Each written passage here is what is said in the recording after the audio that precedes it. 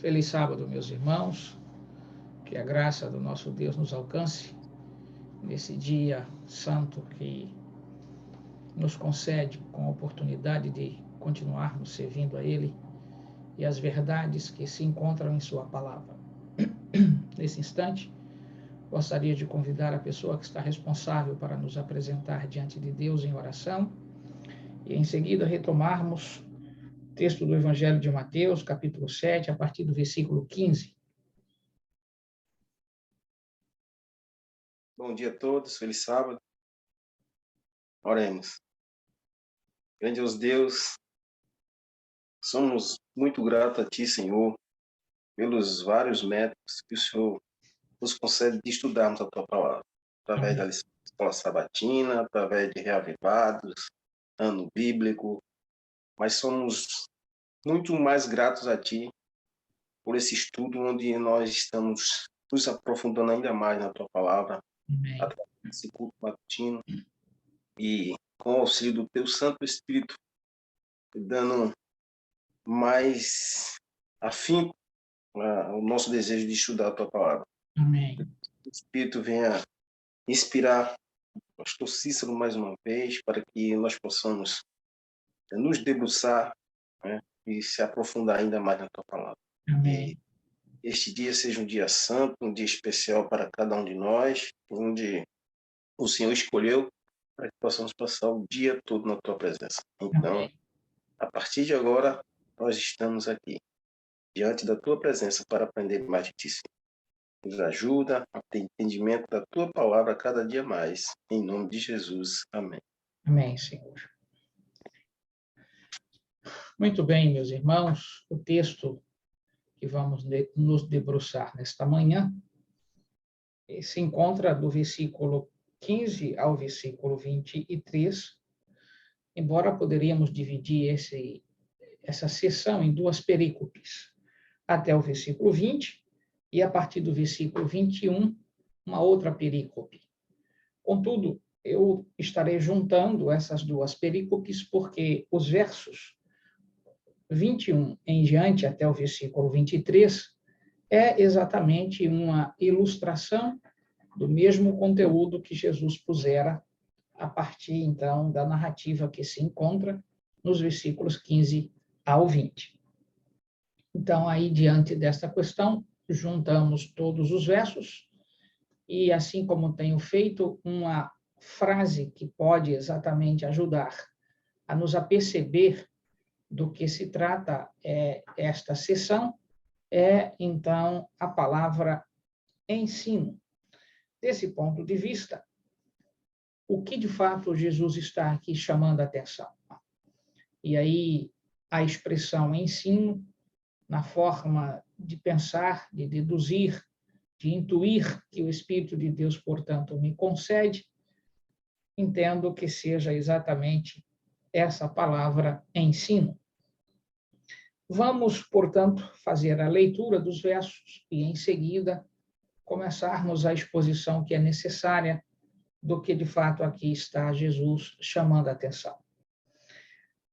Cautelai-vos dos falsos profetas, que se vos apresentam disfarçados em ovelhas, mas por dentro são lobos roubadores.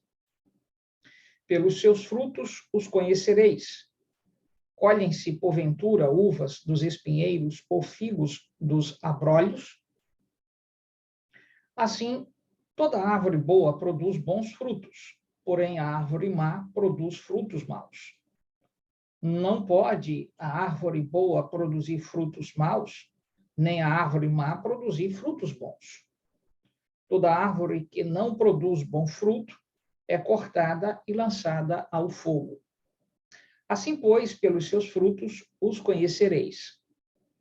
Nem todo o que me diz Senhor, Senhor, entrará no reino dos céus, mas aquele que faz a vontade de meu Pai que está nos céus.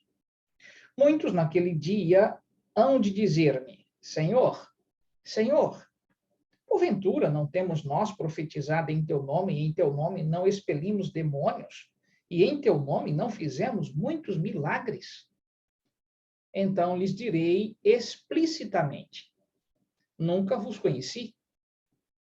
Apartai-vos de mim, os que praticais a iniquidade. É fato que esta ilustração que Jesus toma da natureza, de então pôr na forma de pensar dos seus ouvintes árvore e fruto, como sendo possível essa ilustração de que a árvore boa tem como seu consequente também a produção de frutos bons, e que o fruto está em característica à própria natureza da árvore. Não pode se esperar, portanto, oliveira de uma videira, nem, então, o que poderíamos dizer exatamente a uva da oliveira. São coisas exatamente opostas. Cada árvore produz aquilo que lhe é próprio. Esta percepção não era exclusiva dos judeus. Gregos, romanos e os próprios judeus usavam com frequência essa, então, percepção ilustrativa de tomar a árvore para explicar determinadas composturas assemelhadas dos seres humanos. A partir, então, da árvore, tirar certas lições para a compostura, então, do fazer humano. E reitero, tanto os gregos como os romanos e os hebreus tinham esta, então, percepção comum. Se você vai, por exemplo, para os filósofos de época, o caso do Sêneca, há diversas expressões que o Sêneca usava exatamente em razão desta percepção. Inclusive, ele usava a expressão de que não se pode esperar que de uma figueira se tenha, portanto, a oliveira, e da oliveira não se teria, portanto, a figueira. Dizendo de outras maneiras, a natureza das coisas são como são. E assim Jesus, portanto, põe em xeque, voltando a esta questão do comportamento judaico, no que diz respeito a um ensino que é falso. Por isso que a expressão que eu uso aqui para esta sessão, do versículo 15 ao versículo 23, é esta palavra, ensino. Observem como Jesus exatamente recapitula isto. O que está em jogo aqui é o que está sendo ensinado. Acautelai-vos dos falsos profetas que vos apresentam disfarçados em ovelhas, mas por dentro são lobos roubadores. Bem, a questão que a gente tem de se aperceber aqui é o seguinte: como saber que estes indivíduos são, de fato, falsos profetas? Primeiro, lembrarmos-nos de que o profeta, ele tem, antes de qualquer informação a ser passada, ele tem uma compostura, ele tem, portanto, um modo de viver. E o ensino, ele se dá por aquilo que se verbaliza, mas se dá também por aquilo que tem a ver com a própria compostura do, então, indivíduo. Dizendo de outra maneira, ensinamos quando falamos e ensinamos quando estamos em silêncio. O modo de, então, viver, relacionarmos-nos com as coisas, também é uma grande sala de aula onde muitos, então, aprendem com o nosso testemunho ordenado ou desordenado. Então, aqui, a ênfase de Cristo não está especificamente no agir, do ponto de vista de falar, de, então, começar a ilustrar as coisas para as pessoas. O Senhor, então, agora faz o paralelo, dizendo: pelos seus frutos os conhecereis. Quer dizer, o resultado pode vir, e de maneira que a gente pode, então, por meio dos resultados, observar se estes são condizentes com aquilo, portanto, que se dizia, tornando mais simples. Quando nós, de alguma maneira, procuramos dizer algo para alguém, e dizemos até: mas as pessoas depois nos veem em contradição àquilo mesmo que nós dizemos, então, veja, este fruto não é condizente com a natureza da própria árvore. Tornando mais simples, não se pode esperar que, então, a laranjeira vá produzir a jabuticaba, né? A jabuticaba não será produzida pela laranjeira, nem, então, eu diria, a jabuticaba vai produzir laranja.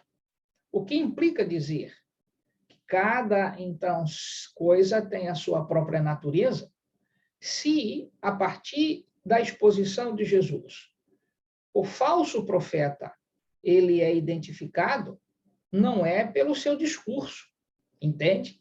O discurso pode ser muito forte, pode estar até, de certa forma, convencendo, e há muitas pessoas com capacidades intelectuais muito atrativas.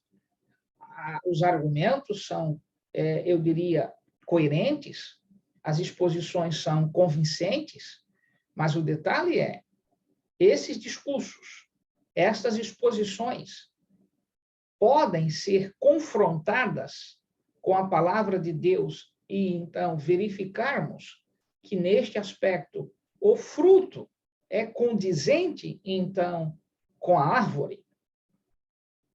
Se o fruto aparece como sendo contrário à própria natureza da árvore, então, nossa forma de olhar deveria ser para a parte resultante, e não para a parte, o que a gente chamaria, portanto, antecedente. Seria o consequente que nós deveríamos analisar.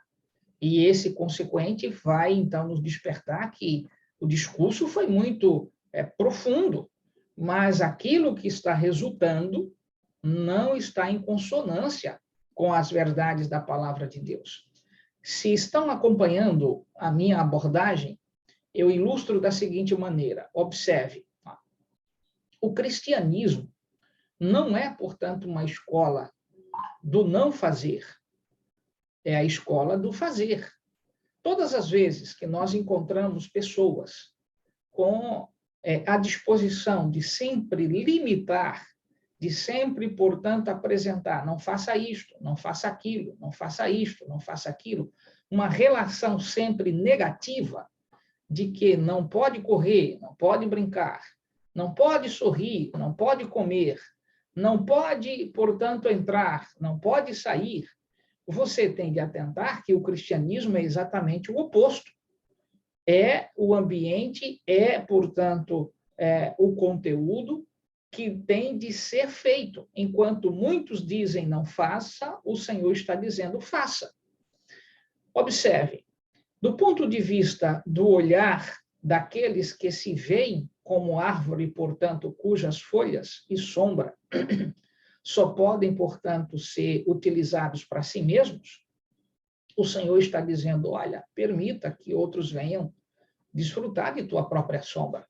Permita que outros possam vir se alimentar dos teus próprios frutos. Porque este comportamento egocêntrico, que era exatamente o que norteava os judeus, não era o ensino de Jesus. O ensino rabínico era, não se relacione com o estranho, não dê moradia e acesso, portanto, para o estrangeiro, não se contamine com aqueles que não são judeus. Mas esta não era a forma de Jesus ensinar. Ele se relacionava com os que eles, os rabis, haviam exteriorizado como sendo contaminosos, como sendo, portanto, pessoas que deveriam ser alijadas de qualquer bênção, então, dos céus. Mas Jesus, então, esteve lidando com prostitutas, lidando com enfermos, que os judeus colocaram regras, impedindo, inclusive, de tocar-lhes. Então, veja, o cristianismo não é uma exposição do que é negativo, é uma exposição do que é positivo. Todas as vezes que ensinos, sejam eles, portanto, expostos por gente de uma compostura, do ponto de vista de argumentação, de o que a gente chama de persuasão, onde tudo que é apresentado é sempre do ponto de vista do não fazer, este, então, modo de ensino não está condizente com a palavra de Deus. O Senhor nunca nos pediu para nos ausentarmos das pessoas, para qualificá-las a partir de nós mesmos, para, então, encontrar, talvez, objetos de estranheza, por estender a mão, portanto, a um alcoólatra, a uma prostituta, por conversar com ela, por chegar a aproximar-se destas pessoas, porque o cristianismo é exatamente a ordem do Senhor Jesus de não criar barreiras. Quando Cristo esteve com a mulher samaritana, aquilo não pode ser visto no Evangelho de João como sendo exatamente uma ação isolada. Ele esteve com, então, o que nós poderíamos dizer, a viúva de Naim. É necessário atentar que ele tocou no corpo que os judeus diziam, portanto, está imundo. Então, o cristianismo é fazer e não deixar de fazer. A ideia que Cristo está aqui exatamente corrigindo, desta percepção equivocada, é que o ensino pode, então, ser o fruto que nós analisamos, que as pessoas, embora tenham, portanto, muita coisa a dizer, nós temos de crivar e, então, submeter este ensino, esta exposição, ao que diz o Senhor. Se ao fazermos, então, eu diria, este confronto, aquilo que está sendo ensinado passa exatamente no crivo da palavra de Deus, então deve ser aceito, mesmo que isso não venha da própria igreja, mesmo que isso esteja vindo, portanto, de um irmão de uma outra denominação, porque a verdade não se restringe à Igreja Adventista do Sétimo Dia. A verdade não se restringiu aos judeus. Jesus exemplificou situações de compostura e de comportamento que não eram judaicos. Você se lembra, ou judeus, né? Você se lembra da mulher Ciro-fenícia? Você se lembra da valoração que Jesus deu à fé, da compostura daquela senhora?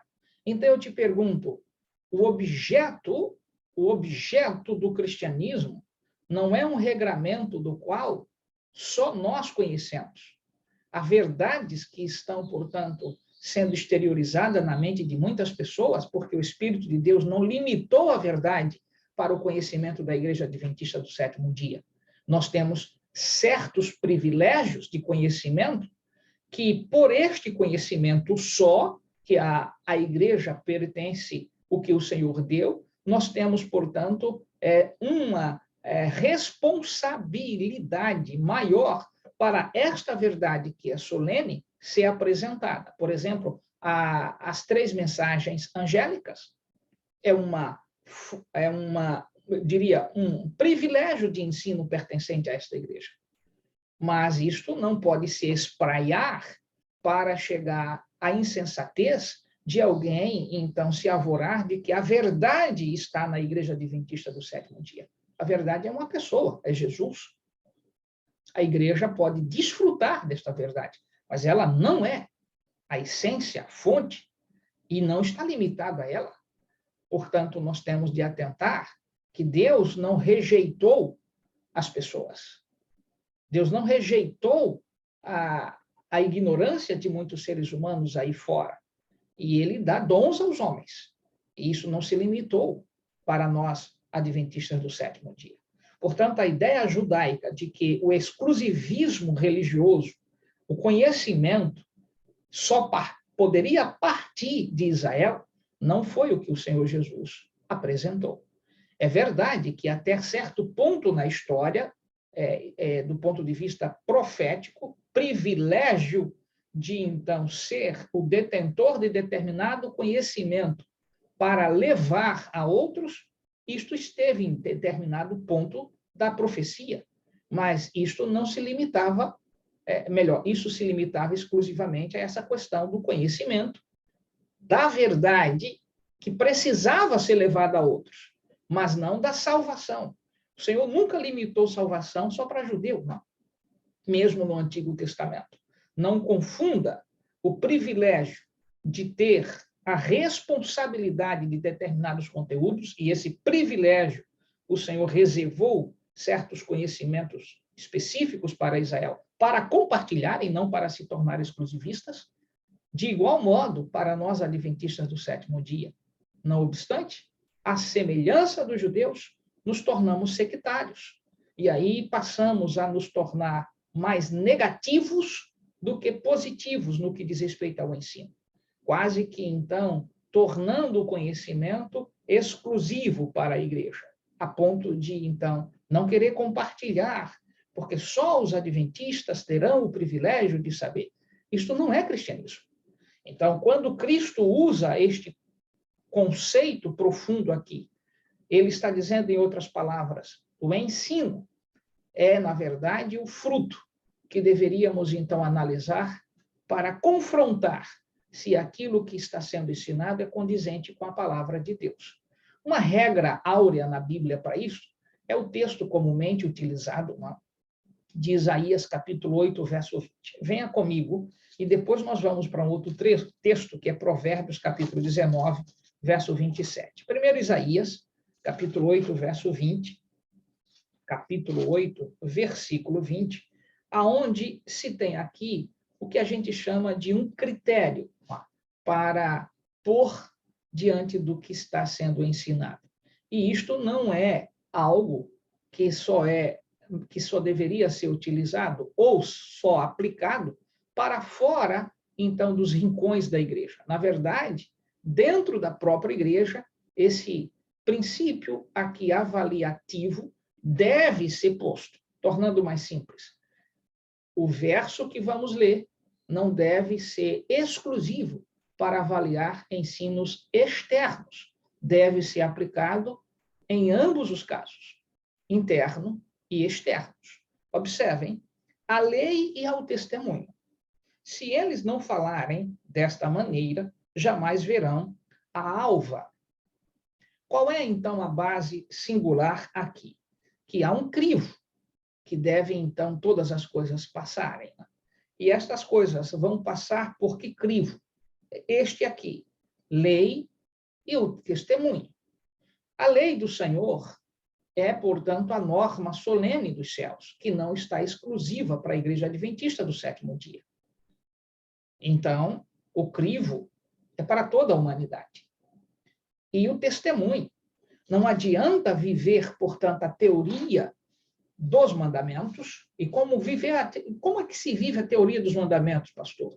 A partir do momento que eu apenas exponho o seu conteúdo, mas com ele não me comprometo. Entende? Isto é a teoria dos mandamentos. É quando você chega, por exemplo, a estar bastante fixado do ponto de vista racional do que os mandamentos requerem.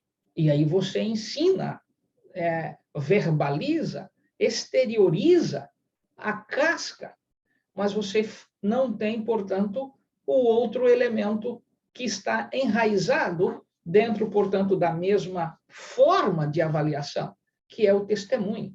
Não há como estar equilibrado a vida cristã cuja exteriorização da verdade não está condizente com o próprio testemunho. Então, testemunho e lei caminham juntos, de sorte que, quando eu, então, vivo apenas a teoria de, não, eu sei qual é o sentido da palavra, não, eu sei qual é a exposição do que está dizendo o mandamento. Tá, então, se sabes, vive, para que, então, o fruto seja condizente com a árvore. Entende o que está sendo dito em Mateus? Jesus está reclamando que nós sejamos coerentes. Como posso, portanto, ensinar para os outros e, no momento, portanto, de aplicar o mesmo ensino que levei para o meu semelhante, ele não serve para mim? Então, isso é incoerência. Daí a razão porque lei e testemunho têm de caminhar juntos.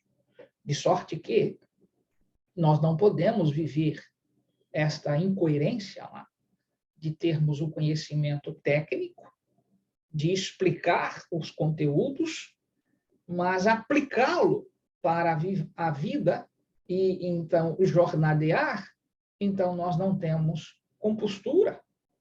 Isto, então, agride.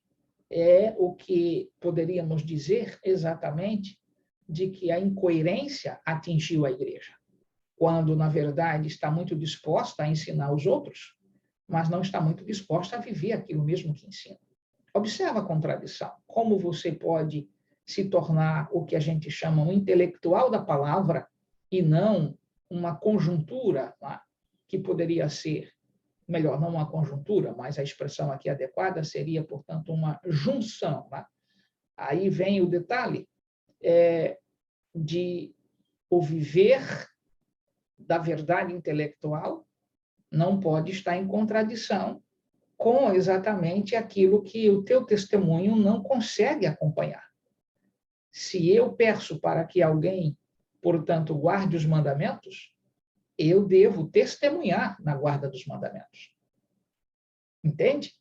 Se eu peço para alguém, portanto, no ensino eclesiástico sobre modéstia cristã, viver de maneira adequada com os princípios da palavra de Deus, eu tenho de testemunhar sobre esta mesma verdade.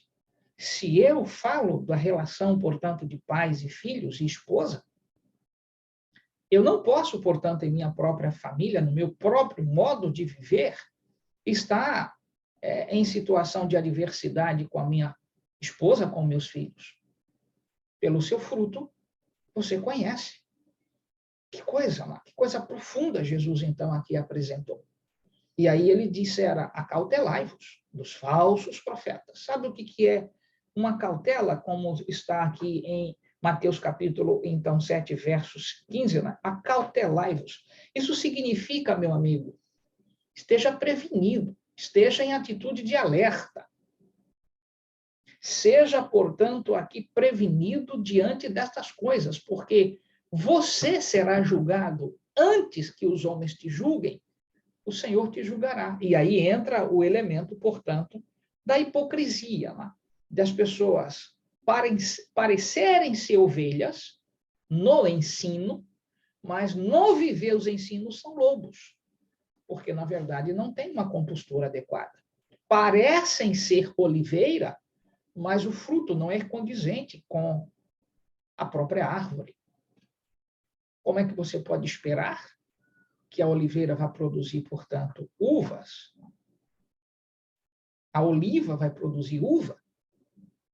A videira produz uva, não a oliveira. Então, o que quer dizer? Que, em outras palavras, quando nós estamos desassossegados, nossa forma, então, de falar não é condizente com a nossa forma de viver, isto é falsidade. E Jesus está dizendo aqui, há muitos falsos profetas. Porque, na verdade, querem regrar a vida dos outros, mas com as mesmas regras eles não se permitem que elas os atinjam. E aí,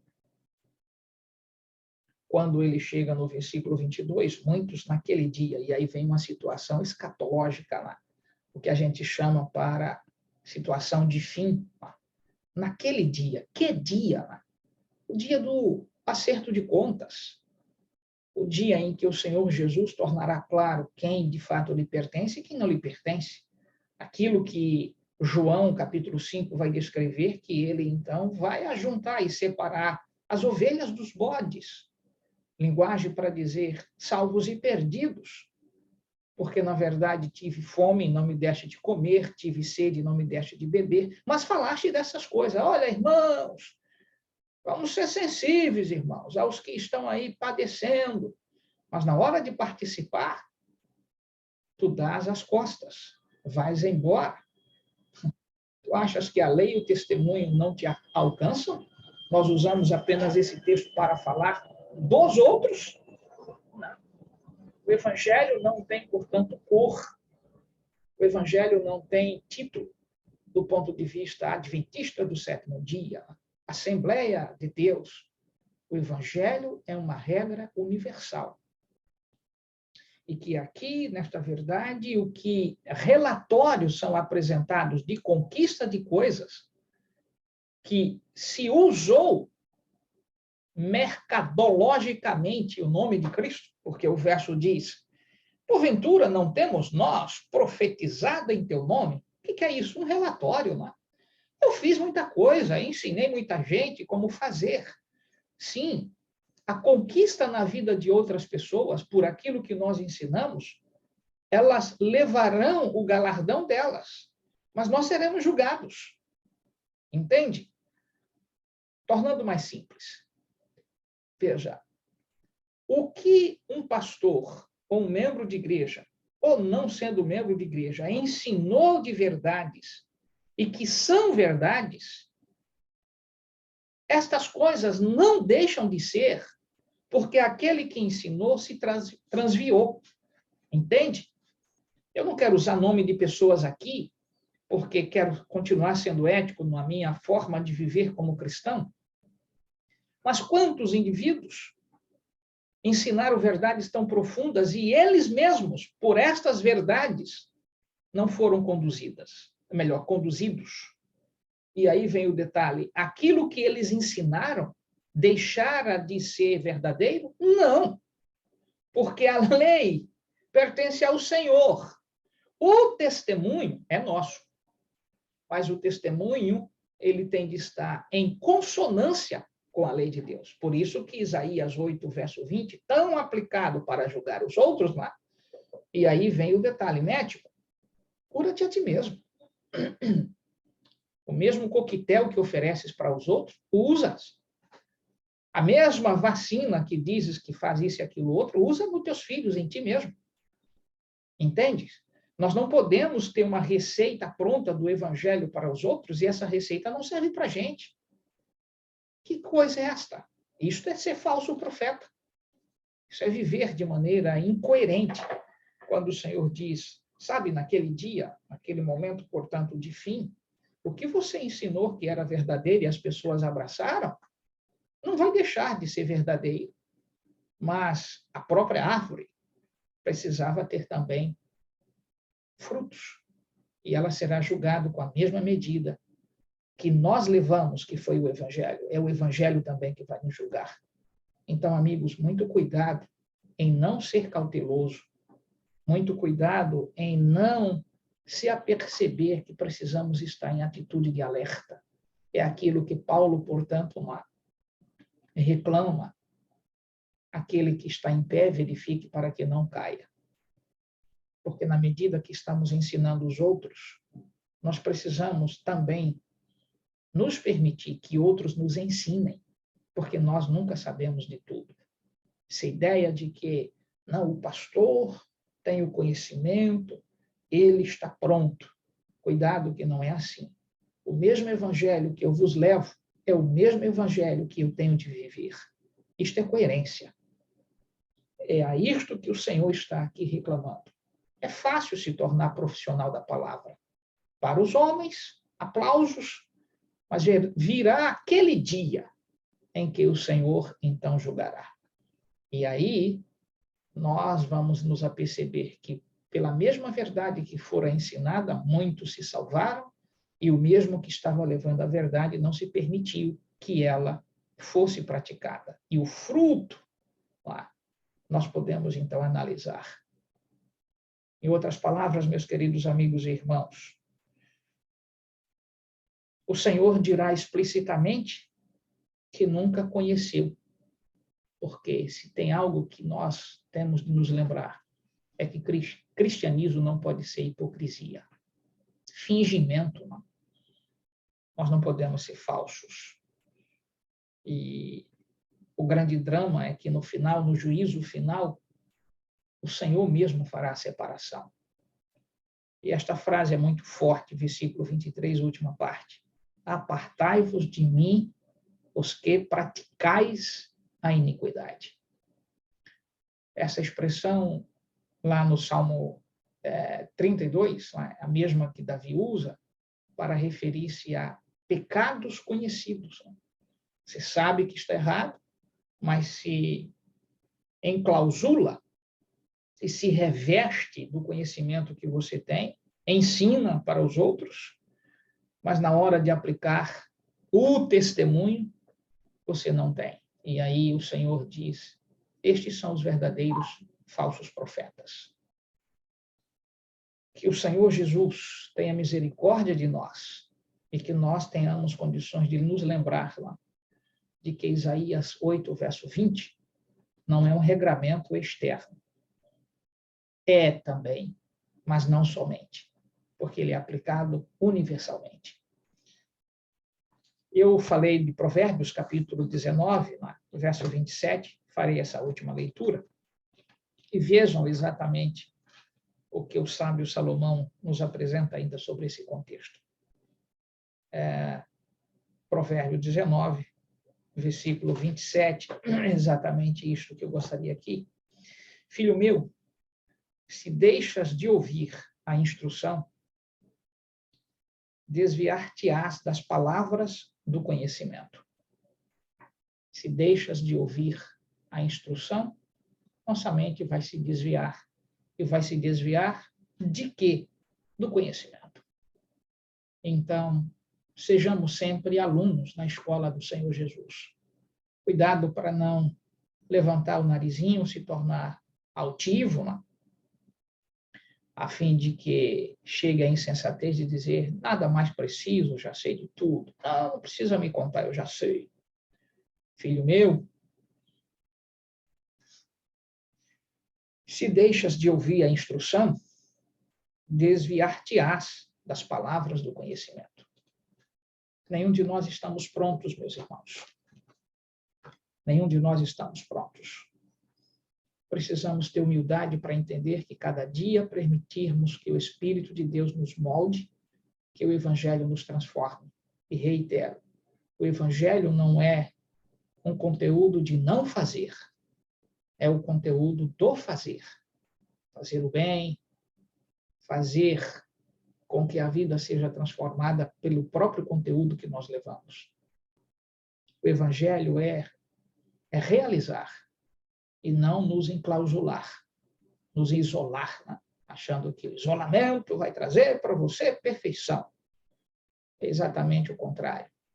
É no meio da grande prova, das grandes tensões, dos grandes embates, decepções, que o cristão, de fato, é forjado e vai aprendendo a lidar com as adversidades, porque o Espírito vai educando nesta caminhada. Que Deus te ajude, e a mim também, a sermos a árvore cujo fruto é condizente um com o outro. É o meu desejo, igualmente a minha prece. Vamos orar. Querido Deus, que tua mão repouse sobre nós, que teu Espírito nos eduque, que possamos continuar aprendendo das verdades que levamos aos outros, que elas mesmas também nos transformem, a fim de que, meu Deus, possamos viver sem ter do que nos envergonhar, não apenas como instrutores, mas como crentes igualmente. Suplicamos que a lei e o testemunho sejam as verdades que circundem a nossa vida. Pedimos-te e agradecemos no santo e poderoso nome de Jesus. Amém.